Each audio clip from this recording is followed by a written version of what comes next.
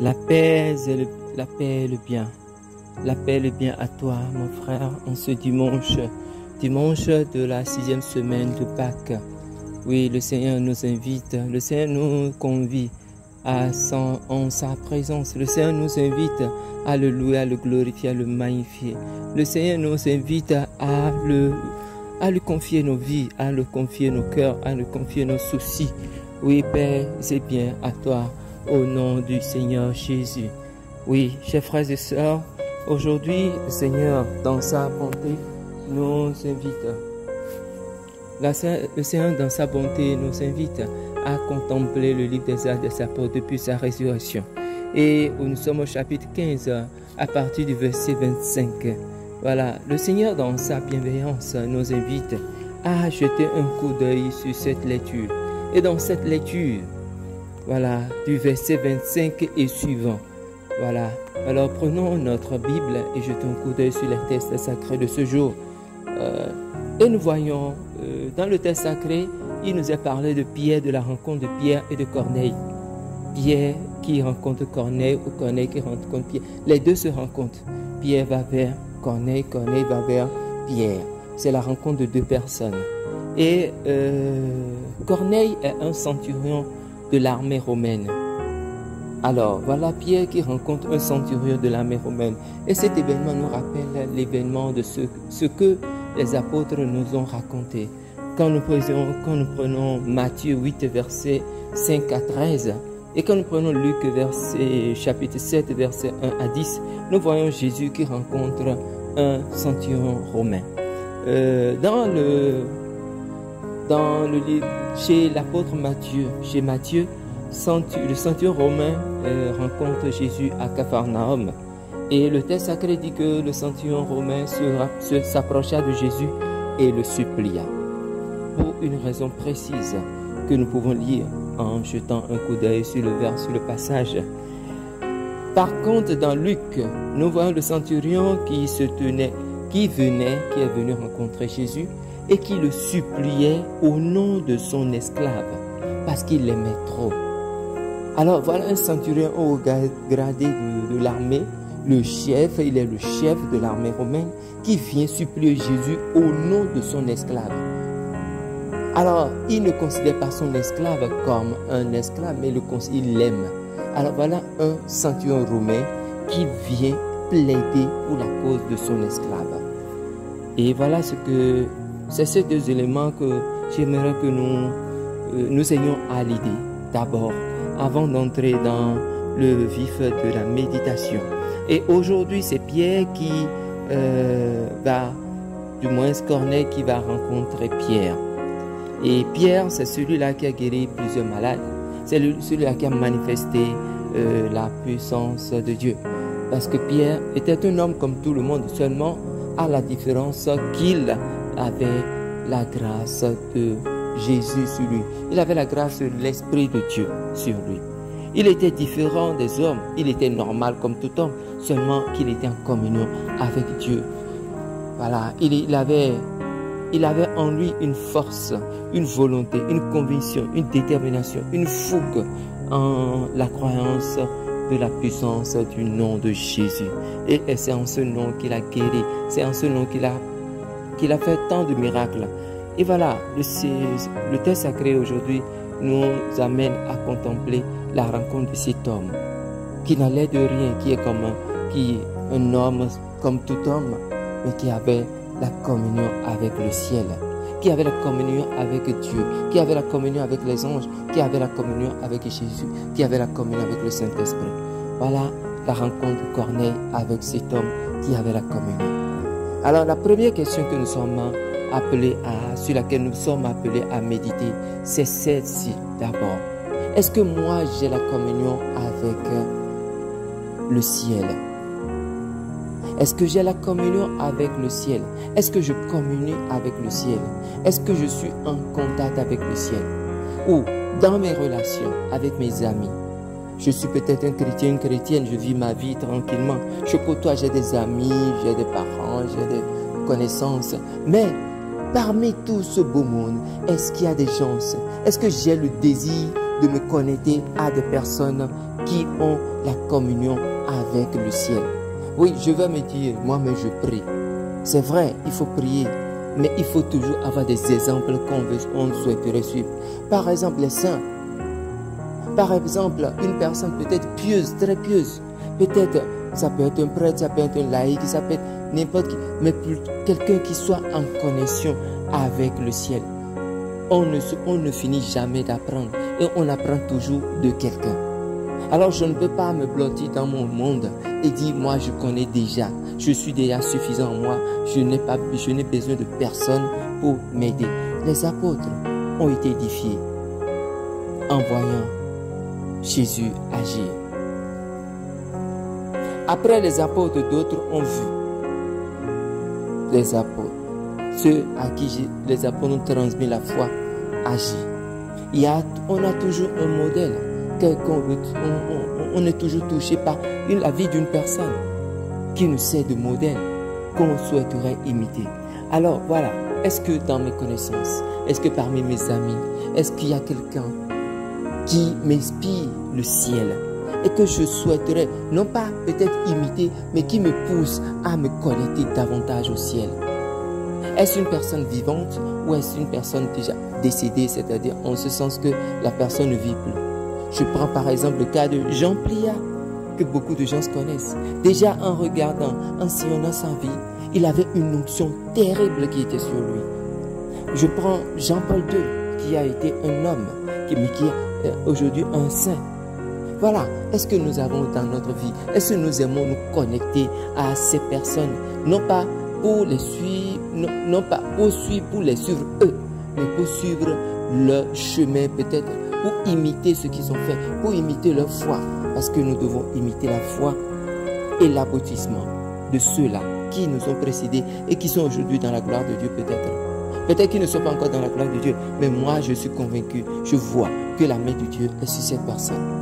Alors, mon frère, ma soeur, connectons-nous. Ayons la cohabitation avec des personnes qui vont nous connecter avec le ciel. Fréquentons des personnes qui vont nous donner la clé qui va nous amener au ciel. Si mes relations ne me portent pas à louer le Seigneur, si j'ai des amis qui ne me permettent pas de me connecter au ciel, alors ces amis ne sont pas mes amis.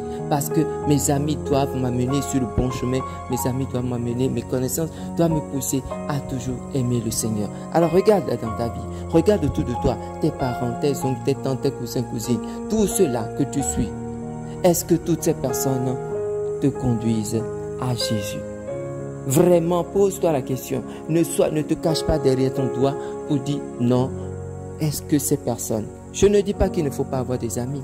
Nous sommes des êtres humains. Nous avons des amis. On se sent bien avec tel ou tel. Mais parmi tout ce monde, est-ce qu'il y a quelqu'un au moins qui m'inspire d'avoir la crainte de Dieu?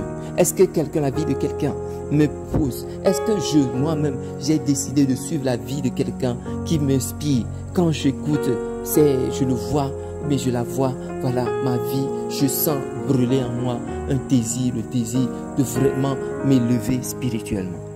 Et voilà, mon frère, ma soeur, voilà le premier aspect que nous sommes appelés à contempler. Et toujours, cela se passe après la lecture du livre des Actes des Apôtres, chapitre 15, versets 25 et suivant. Le deuxième aspect que nous sommes appelés à contempler, c'est voilà, Pierre qui rencontre Corneille. Corneille, le centurion de l'armée romaine. Voilà. Et maintenant, un peu plus avant dans le chapitre 15, un peu plus avant le verset 25, le texte sacré nous dit que nous donne les caractéristiques, nous présente un peu la figure de ce Corneille, qui est un centurion romain. Le texte sacré dit qu'il avait la crainte de Dieu et qu'il était estimé même par les Juifs qui voulaient la mort de Jésus. Ces Juifs même l'estimaient. Ils trouvaient qu'il était quelqu'un de bon et ils l'estimaient. Et voilà que le texte sacré nous dit toujours que Corneille a eu une vision. Et dans sa vision, il lui a été demandé d'inviter Pierre dans sa maison. Alors quelqu'un dirait Amen. Parce que Corneille a eu la vision d'inviter. Et dans la vision, il lui a été dit d'inviter Corneille dans sa maison. Alors Corneille étant un homme, il pouvait ne pas obtempérer. Il pouvait ne pas obéir à cette invitation qu'il a eue dans son songe. Il était libre, mais quand même, il a obéi. Il a obéi à cette voix qui lui a dit « Invite Pierre dans ta maison ». Peut-être lui-même ne sait pas pourquoi il devait inviter Pierre, mais on lui a dit « Invite Pierre chez toi ». Alors, il s'est levé, il a envoyé ses messagers vers Pierre qui l'ont invité dans sa maison. Un peu comme Joseph quand il dormait. Et l'ange lui est apparu, l'ange lui a dans un songe « Ne lève-toi, va ». Parce que Hérode cherche à tuer l'enfant. Et Joseph a obéi. Joseph a obtempéré. Joseph a obéi à la voix de l'ange qui lui a parlé. Il était libre de refuser. Il pouvait dire, moi non, je ne crois pas en ces rêves. Je ne crois pas en Dieu qui me parle. Non, non, non, ce n'est pas Dieu qui me parle. C'est vrai, il faut faire attention aux songes que nous avons. Il faut savoir les interpréter. Alors, voilà, Corneille qui a obéi. Joseph qui a obéi.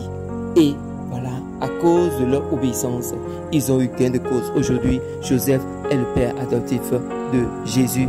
Corneille, voilà, par son obéissance, a eu ce qui s'est passé par la suite. Alors, mon frère, ma soeur, voilà une invitation. Est-ce que nous obéissons aux injonctions de Dieu? Est-ce que nous obéissons aux inspirations divines? Est-ce que nous savons les interpréter? Voilà Corneille qui a obéi. Il a invité Pierre chez lui. Alors, à peine le texte sacré dit qu'il alla à la rencontre de Pierre. Alors, aussitôt il alla à la rencontre de Pierre, le texte sacré nous présente aussi qu'il a eu un comportement. D'abord, il est allé, Pierre sûrement venait chez lui et il l'a vu venir et il est allé à sa rencontre pour l'accueillir. Aussitôt, il s'est approché de lui. Le texte sacré dit qu'il tomba à ses pieds et il se prosterna. Non seulement il alla à sa rencontre, il tomba à ses pieds et il se prosterna devant Pierre. Quelqu'un dirait, mais comment il se prosterne devant Pierre pour l'adorer ou bien pour le supplier de quelque chose qu'il aurait fait peut-être. Mais on se met à genoux pour demander. Voilà. Se mettre à genoux, c'est une attitude je me remets, je demande pardon.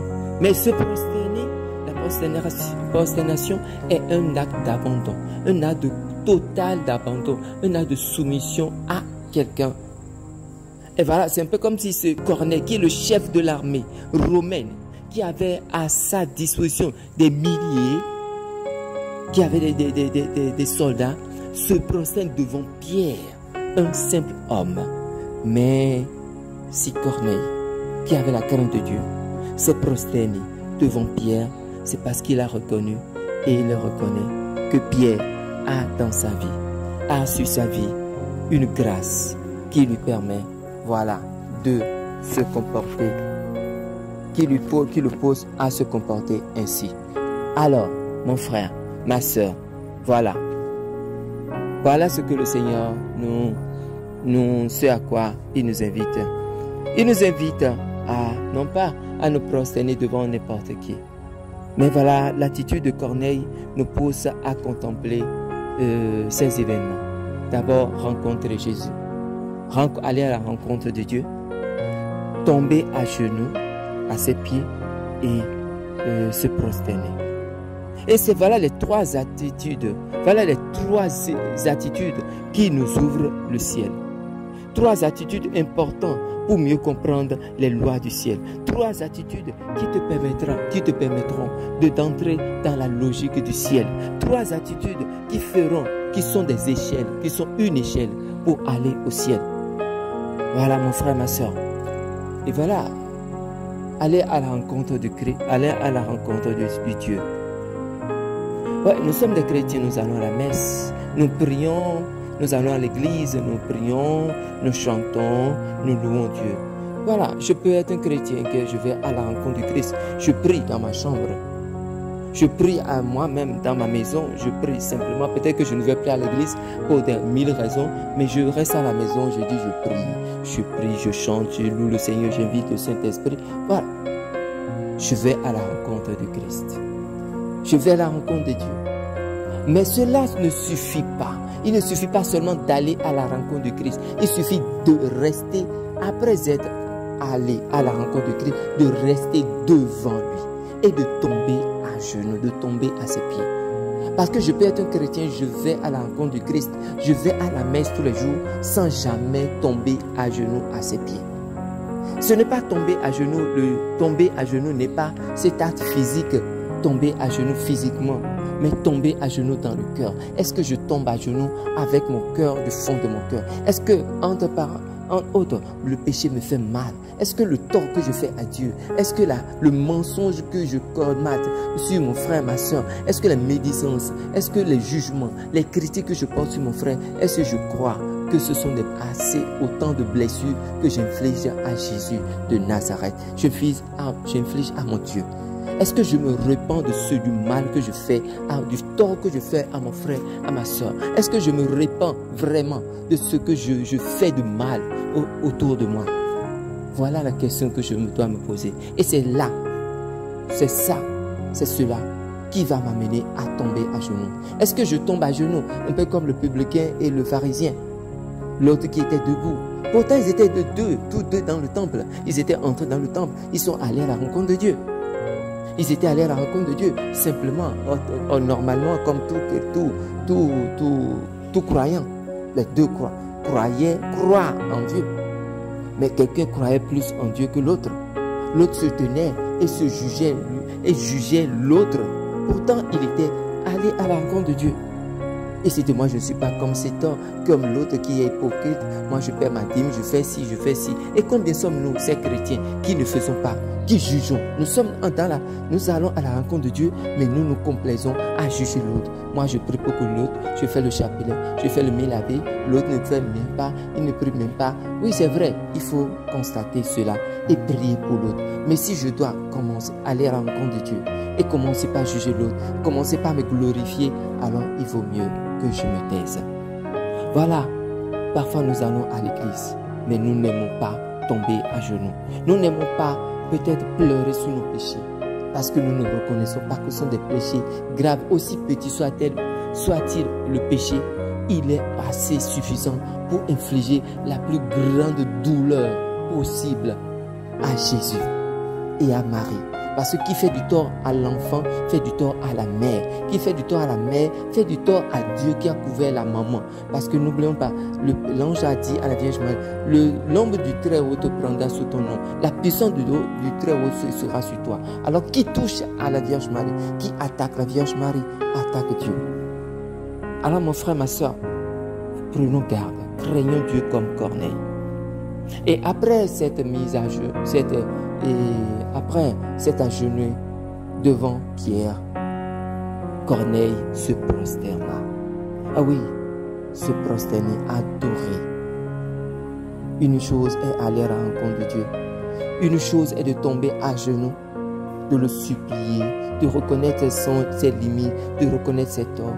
Mais une chose aussi est de manifester l'adoration. Est-ce que tu manifestes l'adoration? Est-ce que tu te prosternes? Non pas nécessairement physiquement, mais est-ce que tu adores ton Dieu? Est-ce que tu prosternes, tu inclines ton cœur? Comme le dit le psaume, j'incline mon cœur vers tes commandements. Je fais du Seigneur mes délices. Est-ce que cela est? Est-ce que vraiment tu inclines vers Dieu tes commandes? Est-ce que tu inclines ton cœur vers les commandements de Dieu? Est-ce que tu l'adores? Je vais à la messe, je prie le chapelet, je peux me laver, je fais des nouvelles, je demande des messes, mais est-ce que je tombe à genoux? Est-ce que j'ai appris à tomber à genoux au pied de Jésus, au pied de la Vierge Marie pour lui demander d'intercéder pour moi? Est-ce que je pardonne? Parce que tomber aussi au pied de Jésus, c'est reconnaître ses limites, ses faiblesses, c'est reconnaître le tort qu'on a fait. Est-ce que j'arrive à pardonner? Parce que pardonner aussi, c'est tomber au pied de Jésus. Je pardonne. Quand je pardonne, je reconnais que j'ai fait du tort. Quand je pardonne, je reconnais qu'on m'a blessé et que l'autre, je dois me libérer moi-même, pas l'autre. Parce que le pardon, c'est pour moi, ce n'est pas pour l'autre. Quand on dit pardonner, il faut pardonner. Le pardon, ce n'est pas pour libérer l'autre, le pardon, c'est pour me libérer. C'est moi qui suis en prison. Je me suis mis en prison à cause d'un sentiment que j'ai nourri suite à un fait que j'ai mal accueilli. ou bien que j'ai un fait qui m'a fait mal, qui a créé un sentiment négatif en moi. Le pardon, c'est pour me libérer, c'est pour te libérer, c'est pour nous libérer. Ce n'est pas pour l'autre. Quand moi je pardonne, je suis libre. Mais quand je ne pardonne pas, je suis lié. Je suis lié à quoi? À l'esprit de la colère. Je suis lié à l'esprit de la rancune. Et je trimballe tout cela. Pourtant, je dis, je vais à la rencontre de Jésus. Et je tombe. Il faut que je tombe à genoux. Pour après, quand je suis libéré, après m'être mis à genoux, le Seigneur me libère. Et quand je suis libéré, j'entre dans l'adoration pour le louer, pour le remercier pour cette grâce qu'il m'a accordée. Alors mon frère, ma soeur, voilà les 3 attitudes qui nous autorisent, qui nous ouvrent le ciel. Parce que quand Corneille a fait ce geste, quand Corneille a obéi à l'inspiration qu'il a reçue dans le songe, alors Pierre lui a dit, non, lève-toi, je ne suis qu'un homme. Et Pierre a commencé par parler. Pierre n'a rien dit. Pierre n'a pas dit que le feu du Saint-Esprit descende sur toi, que le sang de Jésus te couvre. Non, Pierre a juste commencé par parler. Et à peine il a commencé par parler, alors le Saint-Esprit est descendu sur tous ceux qui écoutaient Pierre. Le Saint-Esprit est descendu puissamment sur tous ceux qui écoutaient Pierre. Alors, moi, je demande au Seigneur que le feu du Saint-Esprit, que la grâce qui est descendue, l'onction qui découle de sa lecture, de ce passage, que l'onction t'atteigne là où tu es, dans ta maison, dans ton foyer, que cela descende sur ta famille. Oui, voilà, quand nous laissons, quand nous sommes obéissants à Dieu, quand nous sommes obéissants au Seigneur, voilà ce qu'il autorise dans notre vie, dans notre cœur. Il autorise que, après ces 3 attitudes, ces 3 comportements, que le miracle s'opère dans notre vie. Voilà, Corneille pouvait simplement dire, non, puisque le Seigneur m'a dit d'aller rencontrer Pierre, il pouvait seulement dire, non, je vais rencontrer Pierre au dehors, je vais le rencontrer au temple, on va se donner rendez-vous quelque part. Mais le message a été clair. Invite Pierre chez toi. Et il a encore obéi. Non seulement il a obéi à la voix qu'il lui a dit, voilà, il a été obéissant. Et il a invité Pierre, comme le Seigneur lui a dit. Combien de fois le Seigneur ne nous demande pas de faire telle ou telle chose, de faire exactement telle ou telle chose, mais nous pensons qu'il est mieux de faire autrement. Et après, quand nous n'avons pas ce que nous avons, nous commençons par accuser le Seigneur. Mais est-ce que tu as fait? Est-ce que nous avons fait? Est-ce que nous faisons exactement ce que le Seigneur nous dit de faire? Voilà, le Seigneur n'est pas bête quand il nous demande certaines choses. Le Seigneur n'est pas con. Le ciel n'est pas con. La Vierge Marie n'est pas conne. Le Dieu n'est pas bête quand il nous demande de faire certaines choses. C'est parce qu'il sait que c'est la voie, le chemin qui mène à l'ouverture du ciel sur notre maison. Et Corneille a fait, il a obéi, il a invité Pierre chez lui. Alors, mon frère, ma soeur, voilà une attitude. Une attitude qui doit nous faire penser à une chose, l'invitation. L'invitation. Corneille a invité Pierre. Pierre, ce qui reposait la grâce de Dieu. Pierre, ce qui reposait la force du ciel. Pierre, ce qui reposait, qui avait les anges avec lui. Alors, mon frère, ma soeur, ce que je veux partager avec toi, c'est l'invitation. Vous voyez, certains de nous, chrétiens, catholiques ou non, nous invitons, nous aimons à perdre notre temps à nous accrocher aux démons. Le démon existe, il ne faut jamais le nier. Il faut être, le Seigneur l'a dit, soyez prudents comme les serpents, candides comme la colombe. Le Seigneur dit de veiller et prier sans cesse. Il dit veiller pour ne pas entrer en tentation. Veillez, soyez sur vos gardes. À tout moment, priez sans cesse. Le Seigneur n'a jamais dit de ne pas prier sans cesse. Le Seigneur ne dit pas aussi de ne pas dormir. Il dit de dormir. Mais il dit prier sans cesse. C'est-à-dire, je dois prier sans cesse. Même dans mon sommeil, je dois prier.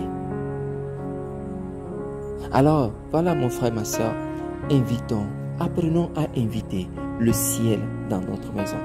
Tu as des problèmes spirituels. Tu as des problèmes, tu ne dors plus. Tu te vois attaqué. Tu entreprends une chose, tu ne finis jamais. Tu veux que tu commences une œuvre, tu ne finis jamais. Tu fais peut-être des rêves de recommencement perpétuel. Tu vois, tu touches une chose, elle se garde. Tu commences une œuvre, elle ne finit jamais. Et tu sens que bon, quelque chose ne va pas dans ta vie. Tu te sens attaqué, oppressé, opprimé, spirituellement, et tu ne sais pas, tu ne sais où mettre la tête. Alors mon frère, ma soeur, tu as la foi. Le nom de Jésus a été invoqué sur toi. Tu crois en Dieu.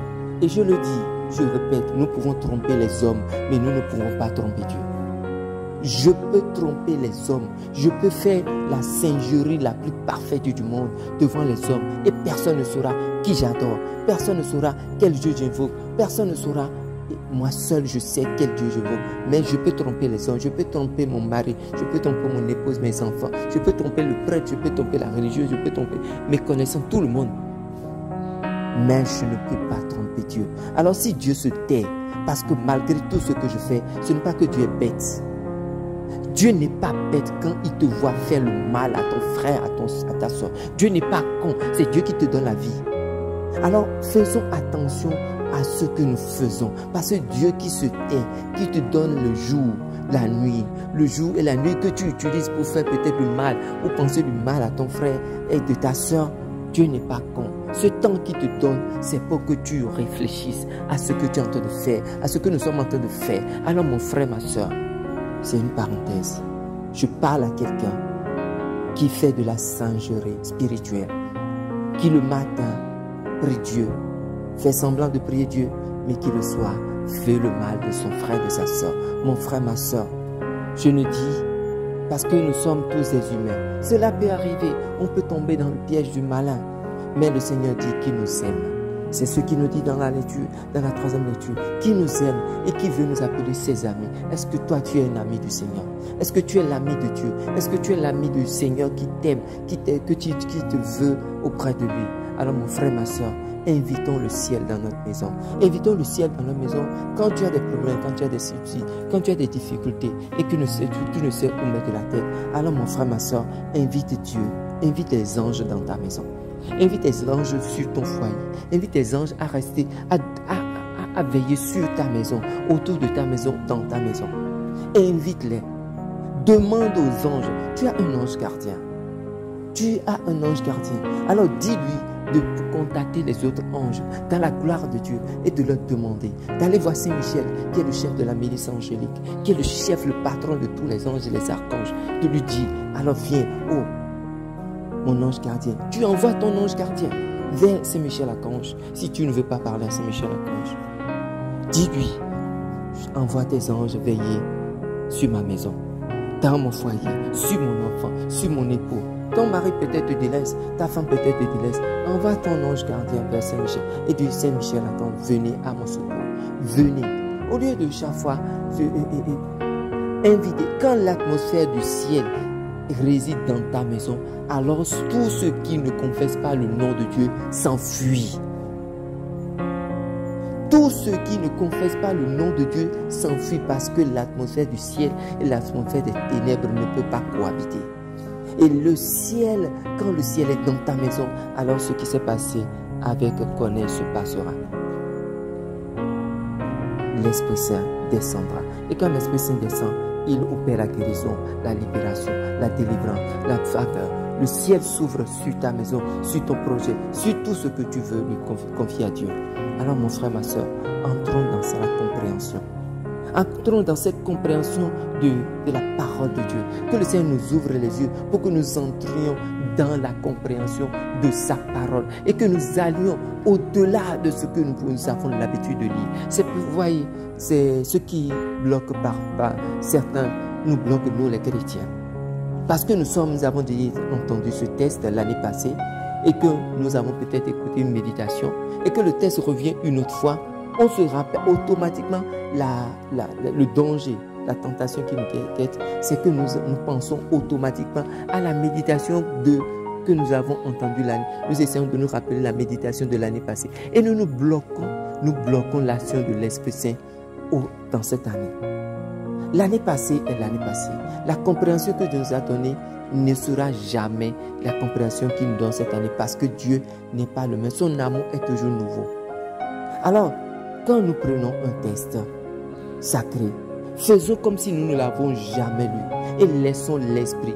commençons, lisons, relisons mot à mot le texte sacré. Ne disons pas, je connais déjà le texte. Bon, il va dire, on connaît. Je lis le début, je lis la fin. Et puis bon, comme je connais déjà le texte sacré, et on passe sur les mots, on passe sur les grâces, on passe à côté des grâces. Mon frère, ma soeur, quand nous allons continuer par nous comporter ainsi, nous allons toujours passer à côté des bénédictions de Dieu. Le Dieu qui nous fait écouter les mêmes paroles ne veut jamais et ne nous dira jamais les mêmes choses chaque heure, chaque seconde, chaque année. Non, le Dieu nous dit toujours des choses nouvelles. Parce que sa grâce est toujours nouvelle. Le Saint-Esprit est le même, mais les mérites, les grâces, les faveurs du Saint-Esprit ne sont jamais les mêmes parce que Dieu nous aime et veut nous armer puissamment. Alors, mon frère, ma soeur, entrons dans la compréhension, dans l'interprétation de la parole de Dieu. Demandons à Jésus de nous ouvrir les yeux, le cœur, pour que nous entrions dans sa parole. Alors, mon frère, ma soeur, sois un corneille, sois un corneille pour ta maison. À cause du comportement de Corneille, parce que Corneille a obéi à la voix, à l'inspiration qu'il a reçue, parce qu'il a invité le ciel dans sa maison, parce qu'il a invité les anges dans sa maison par le truchement de Pierre, parce qu'il a été obéissant, parce qu'il a été à la rencontre, parce qu'il est tombé au pied de Pierre, mais indirectement il tombait au pied de celui en qui Pierre croyait, et parce qu'il s'est prosterné devant non pas Pierre, mais parce qu'il craignait celui en qui Pierre croyait. Alors le miracle s'est accompli. Alors sois un corneille. Sois une corneille pour ta maison. Sois le corneille ou la corneille pour ta famille. Sois le corneille ou la corneille pour ton pays, pour ton quartier. Sois, tombe à genoux, va à la rencontre du Christ au nom de ta famille, au nom de ton groupe de prière, au nom de ton mari, au nom de ta femme, au nom de tes enfants. Va à la rencontre du Christ. Tombe à genoux au nom de ta famille. Tombe à genoux au nom de ton couple. Tombe à genoux au nom de ton pays. Tombe à genoux au nom de ton village. Tombe à genoux au nom du monde. Et prosterne-toi devant Dieu pour que Dieu par toi bénisse toutes ces personnes. Ne recherche pas seulement toi ta bénédiction, mais quand tu te prosternes, quand tu vas à la rencontre du Christ, quand tu tombes à genoux, ne tombe pas seulement à genoux pour toi, en ton propre nom seulement et c'est fini. Non, sois un intercesseur vraiment au nom de ta famille. Sois un intercesseur. Ne dis pas moi je prie seulement pour moi. Tu pries pour toi seulement, ça veut dire que c'est un peu comme si tu penses seulement à toi-même et à toi seul, mais les autres qui souffrent. Il y a des gens qui souffrent plus que toi. Toi, quand tu manques de pain, il faut savoir que quelqu'un manque du pain et de l'eau. Quand tu as ton habit, sache que quelqu'un manque de l'habit et du toit. Toi, tu as une maison peut-être, tu as une voiture, tu as des enfants, tu as du travail, tu as quelque chose. Mais sachons que quelqu'un manque de quelque chose. Du minimum que nous avons, quelqu'un en manque quelque part dans le monde. Alors, sois une corneille, sois un corneille pour cette personne. Alors, demain, ou bien ce soir avant de dormir, alors sois un corneille, une corneille. Tous les jours de ta vie, sois un corneille. Sois une corneille pour ta famille, pour ton pays, pour tes amis, même pour ceux que tu n'aimes pas. Soyons des corneilles pour les autres, au nom des autres. Même s'ils ne nous demandent pas que nous soyons des corneilles pour eux, nous soyons des corneilles pour eux. Parce que là, quand tu te mets dans cette attitude, quand tu vas à la rencontre, quand nous allons à la rencontre de Dieu, quand nous tombons à genoux de Dieu, l'Éternel des armées, le puissant roi, quand nous tombons à ses pieds, nous l'adorons dans toute la sincérité, avec la sincérité de notre cœur. Alors il autorise le ciel à descendre dans notre maison, sur nous, et se manifeste sa puissance. Alors mon frère, ma soeur, voilà ce à quoi nous sommes appelés. Nous sommes appelés à adopter ces trois attitudes pour entrer dans la dynamique du ciel. Invitons le ciel. Invite le ciel, invite les anges, invite les saints, Saint-Michel, Saint-Pio, tous les saints que tu connais, que tu invoques dans tes litanies. Invite-les dans ta maison pour que la gloire de Dieu se manifeste. Oui, la gloire de Dieu se manifeste aussi parce que quand nous mettons dans une attitude, nous voulons, nous désirons. Si Corneille n'avait pas voulu désirer, n'avait pas eu ce désir, il n'aurait pas eu ce qu'il a eu. Tous ceux qui écoutaient Pierre, reçurent le Saint-Esprit et reçurent le baptême. Corneille peut-être ne pensait même pas. Peut-être il se disait, bon, moi je vais peut-être qu'il était baptisé, peut-être qu'il avait reçu le baptême, peut-être non. Nous ne le savons pas. Mais seulement ce que nous savons, c'est qu'il craignait Dieu. Voilà. Un peu comme l'eunuque qui revenait du temple et allait par son chemin. Et Dieu a envoyé Philippe le rencontrer. Et le voilà qui lisait le livre du prophète Isaïe. Mais il ne comprenait rien. Et pourtant, il venait du temple. Peut-être il venait de Jérusalem. Il était allé adorer. Et voilà, nous sommes des chrétiens comme cet eunuque. Nous allons à l'église, mais nous ne comprenons rien de la parole de Dieu. Nous ne comprenons pas. Nous lisons, mais nous ne comprenons pas. Donc, soignons. Permettons à Dieu de nous utiliser comme des Philippe. Soyons comme des Philippe pour aller. Voilà, Corneille peut-être ne s'attendait pas à avoir le baptême, que tous ceux qui étaient là reçoivent le baptême. Mais parce qu'il a obéi, à cause de son obéissance, à cause de l'obéissance qu'il a eue, le ciel est descendu sur lui. Et tout le monde a reçu le Saint-Esprit. Tout le monde, peut-être qu'il priait, il se demandait, waouh, comment avoir le Saint-Esprit?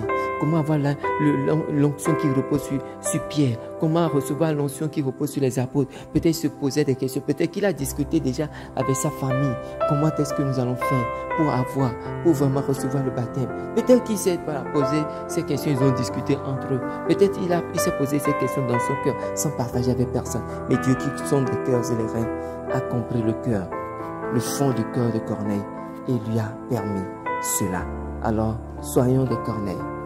Soyons des Corneilles. Et pour que le ciel s'opère toujours dans notre vie quotidienne, chaque jour, malgré nos difficultés, que nous sommes des chrétiens, et du fait que nous disons au nom du Père, du Fils et du Saint-Esprit, alors comprenons que nous sommes déjà l'ennemi premier du malin.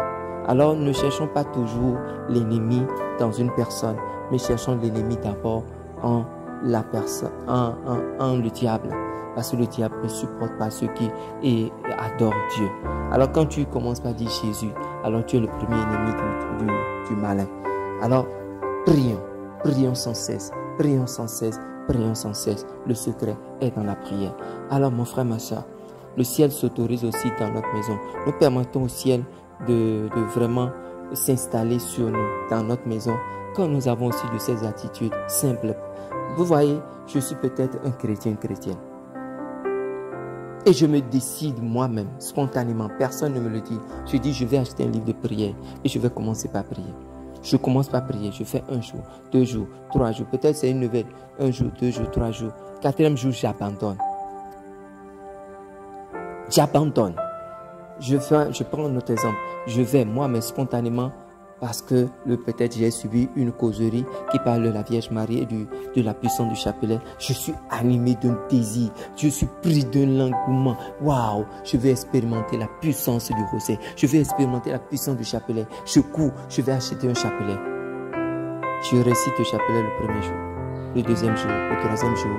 Cela devient un ornement dans mon sac. Cela devient un ornement dans ma voiture. Cela devient un ornement dans ma chambre. Alors comment est-ce que je veux autoriser le ciel? Je veux par ma vie, par mon comportement, permettre au ciel d'agir dans ma vie quand moi-même je me bloque déjà. Quand moi-même j'exprime de la paresse spirituelle. Je ne veux pas prier, je ne veux pas.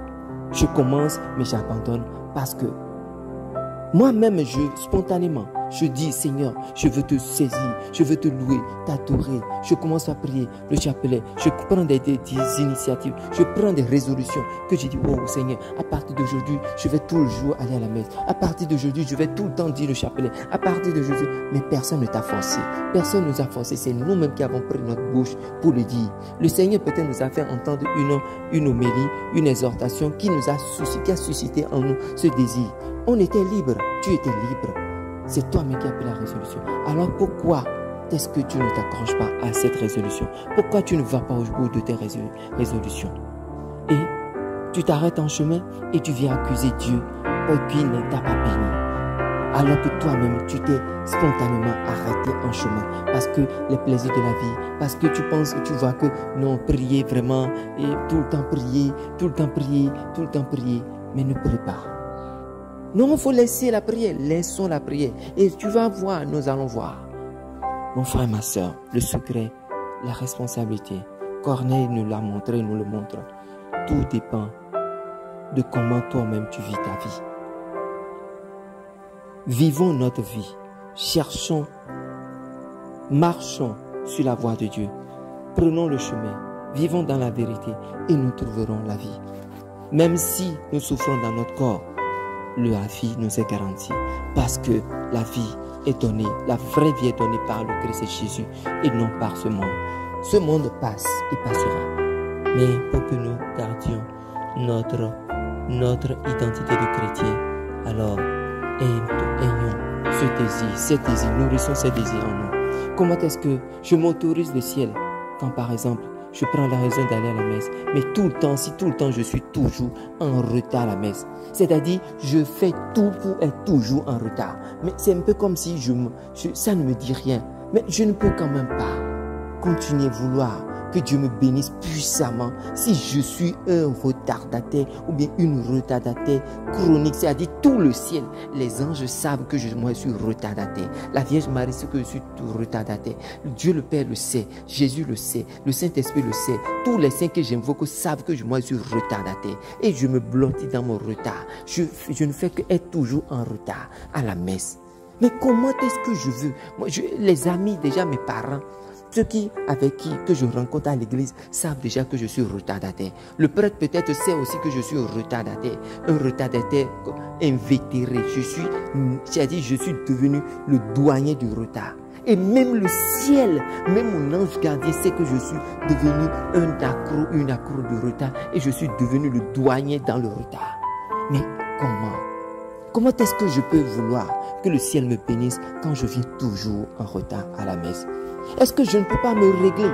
Certains disent, non, c'est parce que je dois faire. Mais est-ce que ce que je fais avant la messe, est-ce que je ne peux pas le faire après la messe? Est-ce que je suis nécessairement obligé de le faire avant? Peut-être que, voilà, je dois prendre soin des enfants. Peut-être que je dois faire telle chose. Des choses très importantes avant de quitter la maison. Parce que quand je quitte la maison, je ne reviens plus à la maison. Je vais peut-être au travail. Mais est-ce que je ne peux pas m'ordonner? Je ne peux pas me régler. Quand je dois aller chez la coiffeuse et je sais que la coiffeuse me donne, c'est un 31 décembre et je sais que je dois après le 31 avant 23h, avant 20h, si je ne vois pas la coiffeuse, je ne pourrai jamais faire mes cheveux. Alors la coiffeuse me dit, si tu ne viens pas me voir à 18h, à 20h, moi je ferme ma boutique. Voilà que moi je vais fêter le premier avec une nouvelle coiffure. Alors on se dépêche, on fait tout et on est là à 18h chez la coiffeuse. Alors comment se fait-il que si je dois m'entretenir mon corps, je dois vouloir me faire plaisir et je suis à l'heure chez la coiffeuse, comment ne pas aussi me régler pour être à l'heure avec mon Dieu, pour aller à la rencontre et pour tomber à genoux et pour m'adorer mon Seigneur. Alors voilà des petits moyens par lesquels nous empêchons le ciel de s'ouvrir sur nos vies. Alors regarde, demandons au Seigneur d'ouvrir nos yeux pour que nous sachions comment est-ce que nous devons nous comporter pour autoriser le ciel sur nous, autour de nous, chaque jour, chaque heure, chaque seconde. Que la paix du Seigneur soit avec toi, que la paix du Seigneur soit avec ta famille. Alors Seigneur Jésus, je te demande de nous bénir. Donne-nous d'être ces corneilles qui écoutent ta parole. Donne à mon frère et à ma soeur d'être cette corneille qui va autoriser le ciel dans sa maison, qui va autoriser le ciel sur sa famille, qui va autoriser le ciel autour d'elle dans ce monde. Seigneur, donne-nous d'être des corneilles. Que ta grâce ne nous abandonne pas. Seigneur, que ce qui s'est passé avec Corneille se passe dans ma famille, se passe dans la famille de mon frère, de ma soeur, de ceux-là que j'aime, de ceux-là que je rencontre, de ceux-là que tu as mis sur mon chemin, celles que je vais rencontrer demain. Seigneur Jésus, tu as dit tout ce que nous te demanderons en ton nom, tu vas nous l'accorder. Nous te demandons, Seigneur Jésus, de manifester la grâce que tu as accordée à Corneille, de la manifester sur mes frères, sur mes soeurs, sur chacun de nous. Seigneur, donne-nous de vraiment inviter, apprends-nous à inviter le ciel dans nos maisons, dans nos problèmes, sur nos problèmes. Apprends-nous, Seigneur Jésus, maintenant étends ta main et bénis mon frère, bénis ma soeur.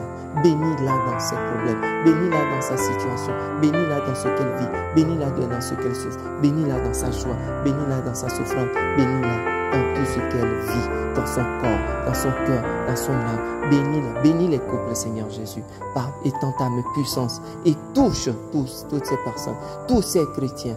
Oh Seigneur Jésus, sois béni, sois exalté, maintenant et pour les siècles des siècles. Que la paix et le bien soient avec toi, mon frère, ma soeur.